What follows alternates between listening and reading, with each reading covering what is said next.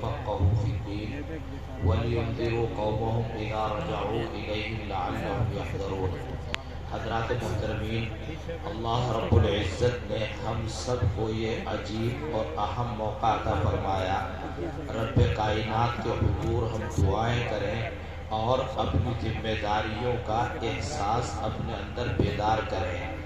ہمارے ساتھ یہ تمام اساتذہ کرام ہیں، دارالعلوم وقف دیوبند کے ذمہ داران اعظام، اور یہ تمام آپ کے سامنے تشریف فرما اساتذہ کرام۔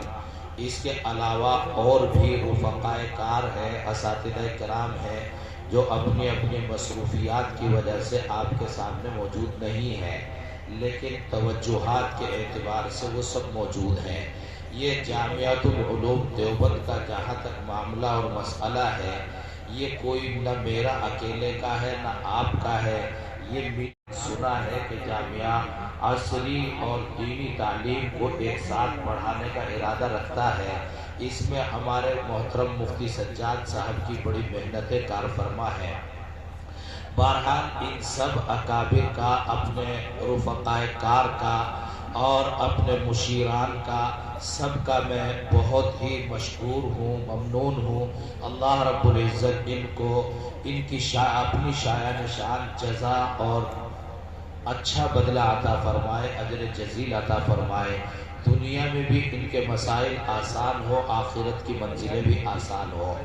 چند باتیں آپ کے سامنے عرض کرنی ہے کہ حضرت حق جل مجدہ نے قرآن کریم میں امت مسلمہ سے ایک مطالبہ کیا ہے۔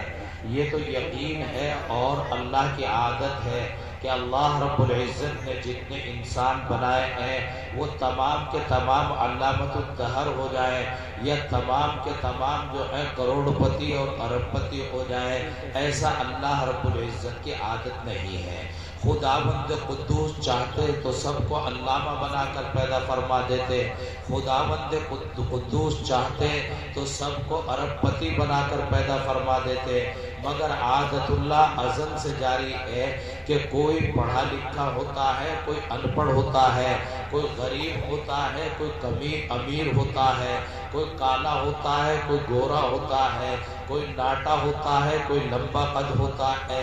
یہ اللہ رب العزت کی عادت جاری ہے، لیکن اس عادت کے درمیان اللہ رب العزت نے برانگیختہ کیا اور مطالبہ کیا، فلولا نفر من کل فرقۃ منهم طائفۃ لیتفقہوا فی الدین۔ قرآن کریم کو سمجھنے کے لیے، احادیث مقدسہ کے عرق ریزی کے لیے ایک جماعت کیوں تیار نہیں ہو جاتی؟ کیا ہو گیا ان زمانوں کو، کیا ہو گیا ان علاقوں کو، وہ اس کے لیے کیوں کھڑے نہیں ہو جاتے؟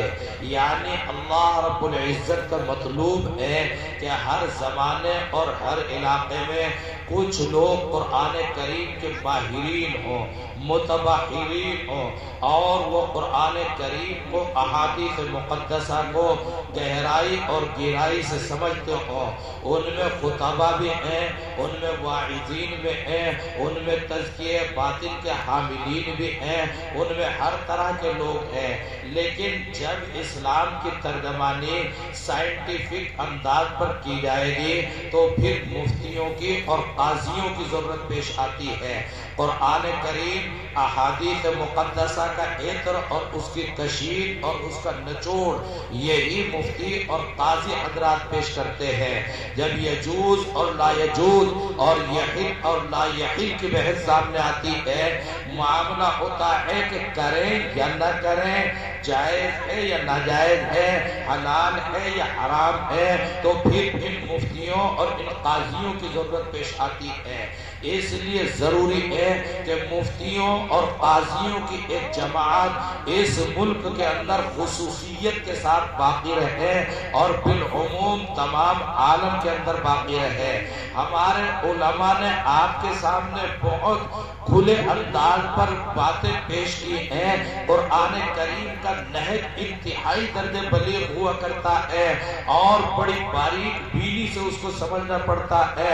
قرآن کریم نے اس سے آگے بڑھ کر ارشاد فرمایا کہ یہ جماعت تیار ہو وَلِيُنذِرُوا قَوْمَهُمْ إِذَا رَجَعُوا إِلَيْهِمْ، انہوں نے علم سیکھا تھا، ارشاد فرمانا تھا وَلِيُعَلِّمُوا قَوْمَهُمْ کہ یہ تو علم حاصل کر کے چلے ہیں تو یہ علم آگے سکھائے، نہیں، ارشاد فرمایا وَلِيُنذِرُوا قَوْمَهُمْ، علم کتنا آئے گا یہ نہیں آئے گا، یہ انذار ان کی ذمہ داری ہے۔ قوموں کے اندر تقوی پیدا کر دینا، قوموں کو فتوے کے لیے ابھار دینا، فتوے پر عمل کے لیے ذہن سازی کرنا، یہ آپ کی ذمہ داری ہے۔ مفتی تو آپ بنے ہیں، آگے مفتی بنانے کی کوشش کیجئے، 2 یا 4 مفتی تیار ہوں گے، 10 20 50 100 تیار ہوں گے، مگر لاکھوں کی تعداد میں، کروڑوں کی تعداد میں فتویٰ ماننے والے تیار ہوں، فتوے پر عمل کی فضا اس ملک کے اندر، اس ملت کے اندر ہموار ہو، یہ ذمہ داری قرآن کریم نے آپ کے سپرد کی ہے۔ آپ کیسے ماحول کو سازگار کریں گے، کیسے لوگوں کو فتوے کے لیے تیار کریں گے، اسلام کے یجوز اور لا یجوز کی تڑپ ان کے اندر پیدا ہو جائے، یہ تڑپ آپ کو کیسے ان کے اندر پیدا کرنی ہے، یہ آپ کی ذمہ داری ہے۔ آپ نے جو یہ سندیں حاصل کی ہیں یہ ایک علامت ہے کہ آپ اس کے لیے اپنے آپ کو چاہیں تو تیار کر سکتے ہیں، مگر میدان عمل بہت مشکل ہوتا ہے۔ کہنا اور جلسوں میں بیٹھ جانا، تقریریں کر دینا یا مدرسوں سے سندیں حاصل کر لینا یہ مشکل ترین امر ہے، مگر آج کے حالات کہتے ہیں کہ یہی آسان ہے۔ ملک کو سنوارنا، ملت کو سنوارنا، ان کے درمیان انفرادی گھر گھر جا کر ہر مرد و عورت کے دل کو دین کے لیے تڑپا دینا یہ انتہائی مشکل ترین امر ہے، اس لیے کہ معاملہ خشک نظر آتا ہے۔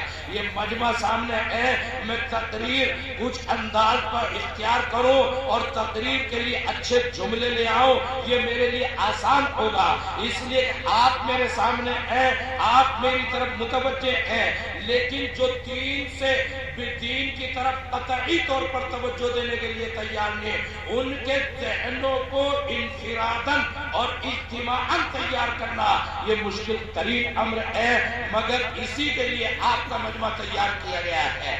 آپ کو چپے چپے پر پہنچنا ہے اور آپ نے اگر اس میں کامیابی حاصل کی اور قرآن کریم کے مطالبے کو پورا کیا تو عزتیں کیا چیز ہے، پیسے کیا چیز ہے، ضرورتیں کیا چیز ہے، مناسب کیا چیز ہے۔ خدا کی قسم اسی دنیا نے دیکھا ہے کہ حضرت نانوتوی نفر اللہ مرقدہ 50 برس کی عمر ان کی پوری نہیں ہے، 50 برس کی عمر پوری نہیں ہے، اور اتنے طلبہ کی تعداد نہیں ہوتی تھی کہ دیوبند میں 15,000 کی تعداد ہے طلبہ کی، نہیں 50 60 70 طلبہ ہوا کرتے تھے، مگر ایسی عزت ایسی دولت حضرت کے بارے میں لکھا ہے کہ چھتہ مسجد میں کوئی صاحب آئے اشرفیوں کی تھیلیاں لے کر حضرت کو دینے کی کوشش کی، حضرت نے ایسی روگردانی کی بیچارے کی ہمت ہی نہیں پڑی کہ دوبارہ کہے تو چلا گیا بیچارہ۔ حضرت جب باہر نکلے ہیں جوتا پہنا یوں بات کرتے ہوئے آنکھیں تو لوگوں کی طرف ہے، جوتا پہن رہے تو دیکھا جوتے میں کچھ پھنس رہا ہے، کنکری اگر جوتے میں ہو وہ کسی سے برداشت نہیں ہوتی ہے، وہ کچھ جوتے کے اندر پڑا ہوا ہے، نیچے جوتے کو ٹیڑھا کیا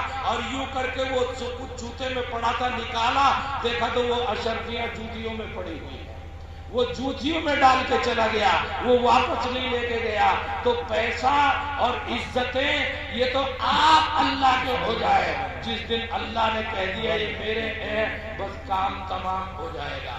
وہ امام فخر الدین رازی علیہ الرحمہ کا واقعہ میں سنایا کرتا ہوں کہ امام رازی علیہ الرحمہ یہاں افغانستان تشریف لائے ہیں، ان کو اللہ نے بڑا علم عطا فرمایا تھا، بڑا علم عطا فرمایا تھا۔ تفسیر رازی تو آپ آپ نے پڑھی ہوگی. آپ دیکھتے ہیں کہ جتنے مفسرین نے تفسیریں لکھی ہیں سب کو آسانی کے ساتھ آپ سمجھ کر گزر سکتے ہیں، مگر تفسیر رازی سے جب گزر ہوگا شاید ہی کوئی مولوی ہو جو ایک صفحے میں کامیاب گزرنے کی کوشش میں کامیاب ہو جائے. اتنی اہم ترین تفسیر ہے، اتنے علوم کی گہرائی اور گہرائی اور سمندر سے گزرتے ہوئے رازی لکھتا ہے. رازی کو اللہ نے بڑے علوم سے سرفراز فرمایا تھا. رازی جب افغانستان کے ایک علاقے عراق میں گئے، لوگوں کو پتہ چل گیا کہ رازی تشریف لا رہے ہیں. مولوی تو نام جانتے تھے رازی کا، ان کی محنت اور جدوجہد اور علم کے قائل تھے، بس جتنے ائمہ خطبہ علماء وہ سارے کے سارے رازی کا استقبال کرنے کے لیے شہر سے باہر دوڑ پڑے. مقتدیوں نے، طلبہ نے، مدرسوں نے پوچھا ہوا کیا ہے کہ امام رازی امام رازی امام رازی. پورا شہر نکل کے باہر آ گیا، پورا شہر استقبال کے لیے آ گیا. عوام، پبلک، جنتا سارے روڈ پر لائن لگائے کھڑے ہوئے ہیں. امام رازی علیہ الرحمہ تشریف لائے ہیں. لوگوں نے مجمع تا حد نظر بلکہ اس سے کہیں دور نظر آیا. مولویوں سے بات کرتے ہوئے کہنے لگے بھائی شہر میں کوئی بچا بھی ہے یا نہیں بچا کہ سارے ہی استقبال کے لیے آ گئے. تو ایک مولوی نے بتایا کہ جی واقعہ تو یہ ہے کہ سارے ہی آ گئے، اور یہ لفظ مبالغہ نہیں، حقیقت یہ ہے کہ ایک بھی شہر میں موجود نہیں جو اندر ہو. سارے روڈ پر آپ کے استقبال کے لیے کھڑے ہوئے ہیں. ہاں ایک فقیر آدمی ہے، وہ تو کہیں جاتا آتا نہیں، غریب فقیر سا آدمی ہے، مٹا جی سا ہو سکتا ہے نہ آیا ہو، ہمیں تو نظر نہیں آ رہا ہے، مگر سارے آ گئے ہیں. حضرت امام رازی کو تجسس ہو گیا کہ جب سب ہی چل رہے ہو تو ایک کیوں نہیں اٹھے. جیسے ہمارے مفتی فرقان صاحب تعجب کر رہے تھے، میاں سب پیسے دے رہے ہیں تو وہ کیوں نہیں دے رہا ہے، وہ کیوں نہیں دے رہا ہے. وہ تجسس ہونے لگتا ہے. تو انہیں تجسس ہوا اور کہنے لگے سب کے یہاں جہاں جہاں پروگرام تھا گئے اور ارشاد فرمایا کہ بھائی مولویوں جو میرے استقبال کے لیے نہیں آیا اس سے ضرور ملاقات کراؤ. تو وہ ملاقات کرانے کے لیے جھوپڑ پٹی میں ان کے پاس لے گئے فقیر صاحب کے. فقیر صاحب کو دیکھا کہ ایک جھوپڑی میں رہتے ہیں، وہاں جا کر امام رازی کی سلام دعا ہوئی. رازی نے پوچھا کہ سارے علماء اور عوام میرا استقبال کرنے کے لیے آئے، میں تو کیا میرا استقبال کیا، مجھے اللہ نے مولویت عطا فرمائے تو یہ اس علم دین کے استقبال کے لیے آئے تھے. کیا آپ علم دین کا استقبال نہیں کرنا چاہتے؟ آپ کیوں تشریف نہیں لائے؟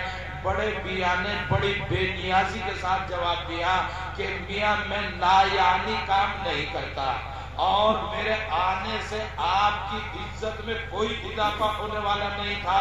میں فقیر آدمی ہوں اور میرے نہ آنے سے آپ کی عزت میں کوئی کمی آنے والے نہیں تھی. اس لیے میں نے سمجھا کہ محمل و لایانی کام ہے، کیوں اس کے لیے وقت دیا جائے، اس لیے میں نہیں گیا. یہ بے نیازی اور یہ جملہ امام رازی کے اوپر اثر انداز ہوا. امام رازی سمجھ گئے کہ یہ کوئی پہنچے ہوئے بزرگ ہیں. ان سے درخواست کی کہ حضرت آپ کے سینے میں نور معلوم ہوتا ہے. بہرحال علم دین تھا. امام رازی بصیرت والی نگاہ رکھتے تھے، پہچان گئے کہ نور ہے، نور کو نور والا ہی پہچان پاتا ہے. ارشاد فرمایا کہ حضرت بڑے میاں صاحب مجھے اپنے دل سے کچھ نور عطیہ فرما دیجئے. وہ بھی تیار بیٹھے تھے مرید بنانے کے لیے، وہ بھی کوئی کم نہیں تھے.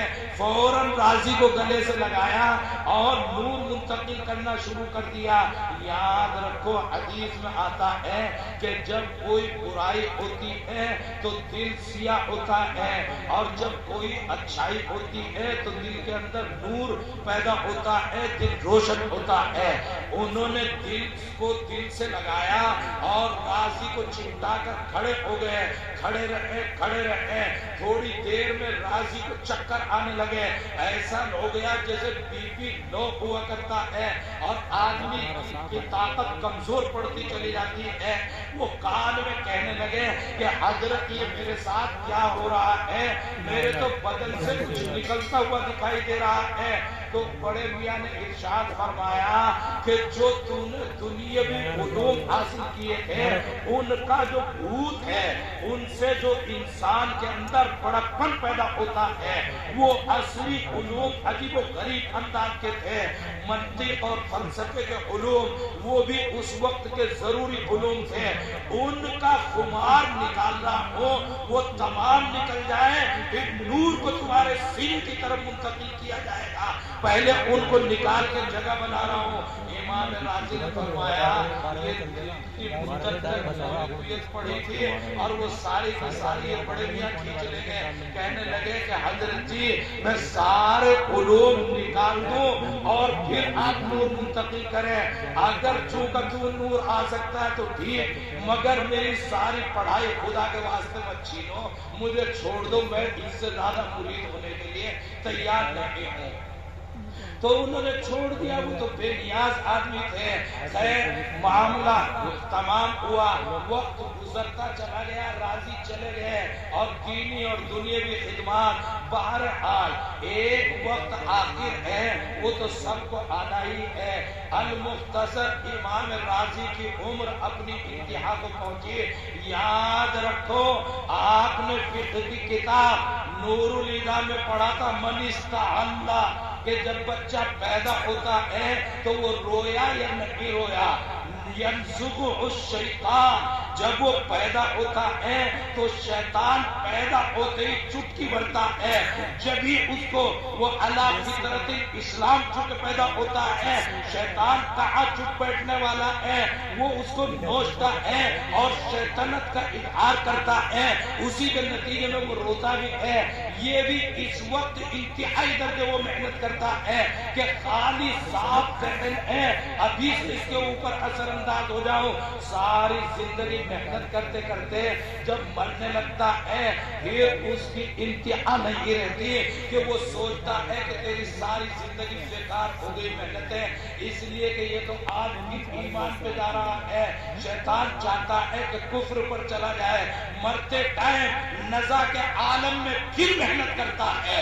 وہی ٹائم تھا راضی کے پاس شیطان آیا اور سمجھ گیا کہ راضی بڑے مولوی ہیں, کس طرح ان کو پٹکنا ہے, کس طرح چیت کرنا ہے. وہ اپنے حربے اختیار کرتے ہوئے کہنے لگا کہ مولوی صاحب دنیا سے جا رہے ہو, بتاؤ اللہ کتنے ہیں, ایک ہے یا متعدد ہیں؟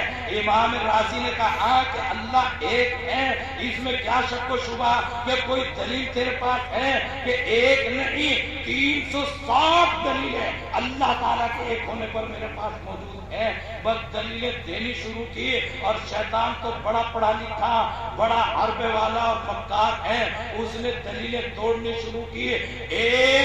359 دلیلیں امام راضی وحدانیت پر دے چکے تھے اور شیطان توڑ چکا تھا. صرف ایک دلیل باقی رہ گئی تھی. اگر وہ دے دیتے اور شیطان توڑ دیتا, مناظرے کا ضابطہ ہے مولویوں کہ جناب یا تو آپ آ جائیں یا ہم آ جائیں, وہ تو دلائل پہ چلتا ہے. تو بس اب دلیل ختم ہو رہی تھی اور امام راضی شیطان کے قبضے میں آنے ہی والے تھے. وہ جو ایک روز عراق میں وہاں امام راضی کا سینہ کسی اللہ والے سے لگ گیا تھا اور وہ جو تھوڑا بہت نور اس طرف منتقل ہو گیا تھا وہ اثر انداز ہو گیا. یہ تکوینیات ہیں, اپنے من میں ڈوب کر پا جا چراغ زندگی, تو میرا نہیں بنتا نہ بن، اپنا تو بن۔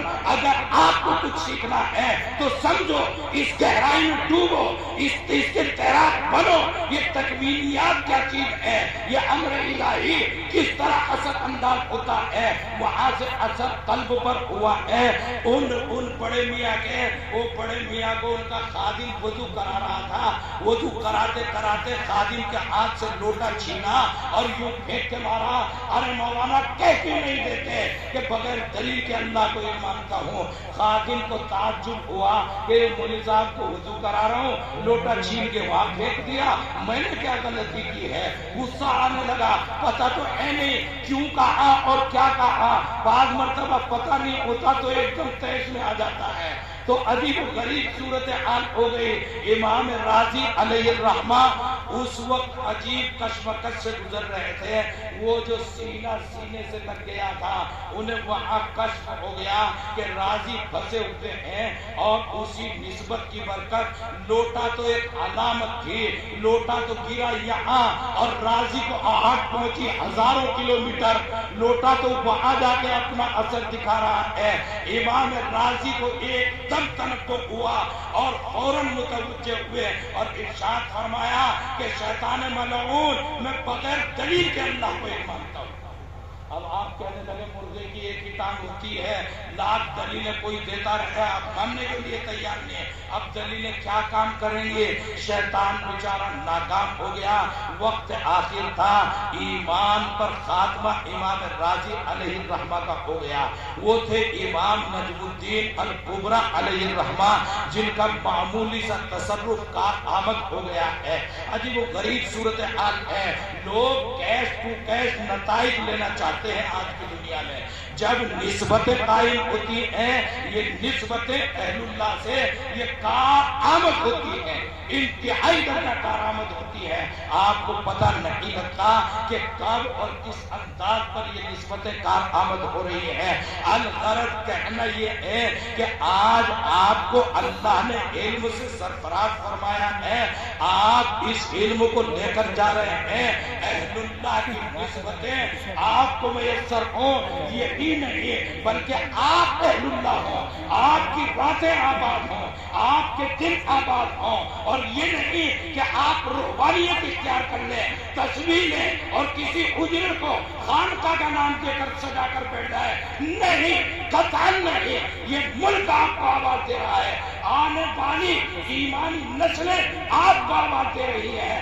آپ انسانوں کے درمیان رہیں اور انسانیت کی ذہن سازی کریں، ایمانیات کی سچی اور صحیح وہ ترجمانی جو مقصود تھی رسول اکرم صلی اللہ علیہ وسلم کی۔ آپ علیہ السلام خانقاہ میں بیٹھ ہی نہیں گئے تھے، بیٹھے تھے خانقاہ میں، جگہ جگہ خانقاہ آباد کی تھی، لیکن بیٹھ ہی نہیں گئے تھے۔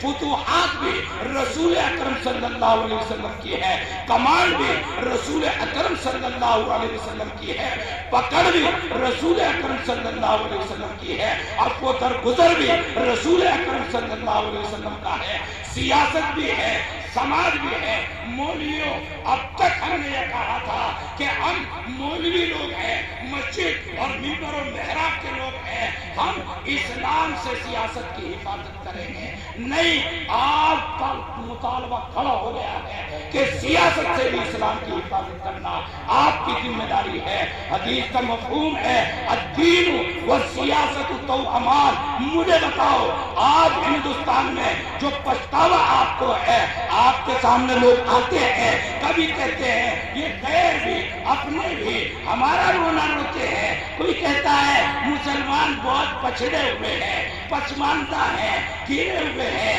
ان پڑھ ہیں، جاہل ہیں، دیہاتی ہیں، کمار ہیں۔ یہ ہمیں ہمارا چہرہ آئینہ میں دکھا کے جاتے ہیں، ہمیں بتاتے ہیں آج۔ کیوں بتاتے ہیں؟ اس لیے کہ ہم نے محنتیں یا تو کی نہیں یا اپنی ذمہ داریوں کو ایک ہی حد تک محدود رکھا ہے۔ ہمارے ایک ابھی اس کلمات تشکر میں کچھ اشارہ کر رہے تھے، عجیب و غریب صورتحال ہے۔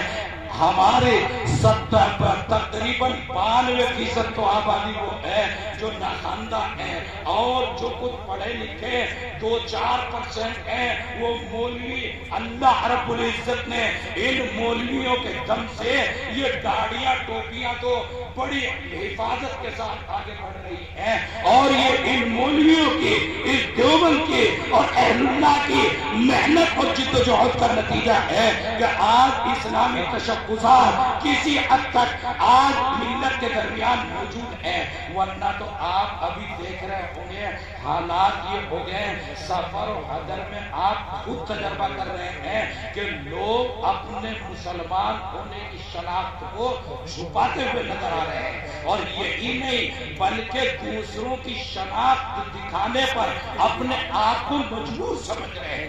کبھی کبھی ٹرین میں، کبھی کبھی بس میں ہم نے دیکھا کہ جناب ایک بھی مسلمان نہیں، ہم تو اکیلے مسلمان ہیں، افطار کا ٹائم ہوا ایک کیلا لے کے آ رہا، ایک کھجور لے کے آ رہا، یہ تو روزے دار بیٹھے ہوئے ہیں، حالانکہ کسی نے دھاگا، کسی نے کڑا، نہ جانے کیا کیا کیفیت میں ہے۔ تو اپنے تشخصات کا اظہار، خوف اور ڈر کا ماحول ملک کے اندر پیدا ہو گیا، اور یہ مٹھی بھر لوگ ہیں جو خوف اور ڈر کا ماحول پیدا کیے ہوئے ہیں، ورنہ تو اس ملک کا مسلمان، اس ملک کا ہندو سیکولر ہوتا ہے، ذہن کے اعتبار سے سیکولر ہوتا ہے، مسلمان کے سینے میں ہندو کی جگہ ہے، ہندو کے سینے میں مسلمان کے لیے جگہ موجود ہے، اصل ڈھانچہ سیکولرزم کا ہے۔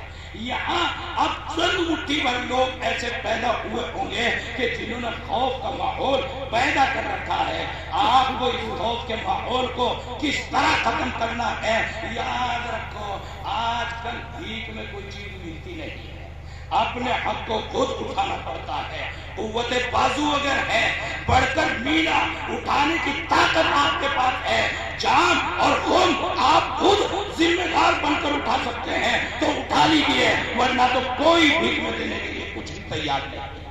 آپ کو اپنی ذمہ داریاں سمجھنی ہوں گی۔ میں کہہ رہا تھا چند پرسنٹ لوگ ہیں جو مولویت سے وابستہ ہیں، چند پرسنٹ لوگ ہیں جو عصری علوم، وہ تو میں سمجھتا ہوں شاید 1% بھی نہیں ہے۔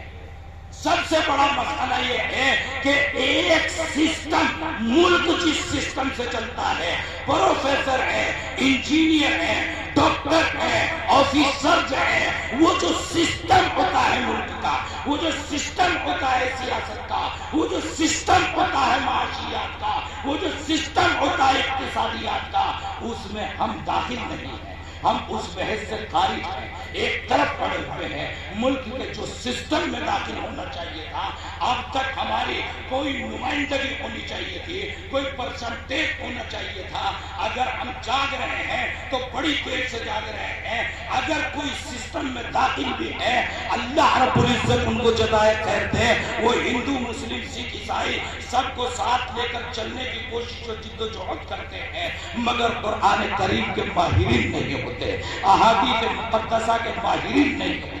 یہ احادیث مقدسہ کے ماہرین رسول اکرم صلی اللہ علیہ وسلم کے سیرت طیبہ کے چاہنے والے اور اس کو سمجھنے والے، اس کی نزاکتوں کو سمجھنے والے، یہ لوگ جب عصری علوم کو حاصل کرتے ہوئے ملک کی سیاست کا، ملک کی باغ ڈور کا، ملک کے سسٹم کا حصہ بنیں گے، اور تمہارے سامنے لوگ موجود ہیں جنہوں نے محنتیں کی اور ملک کے سسٹم میں داخل ہوئے، آج وہ چھائے ہوئے ہیں۔ آج اگر آپ محنت کرنی شروع کر دیں، میں نے جو یہ کہا ہے کہ جامعہ یہ چاہتا ہے کہ الف باتا بھی ساتھ ساتھ پڑھے، آ ای ای او بھی ساتھ ساتھ پڑھے، اے بی سی ڈی بھی ساتھ ساتھ پڑھے۔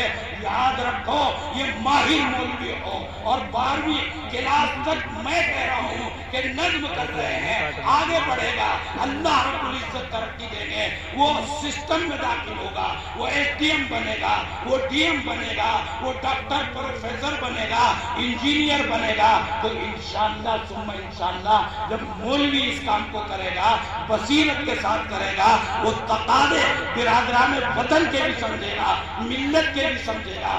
سسٹم کا حصہ جب تک نہیں بنو گے، کوئی بھیک میں آپ کو دینے کے لیے نہیں آئے گا۔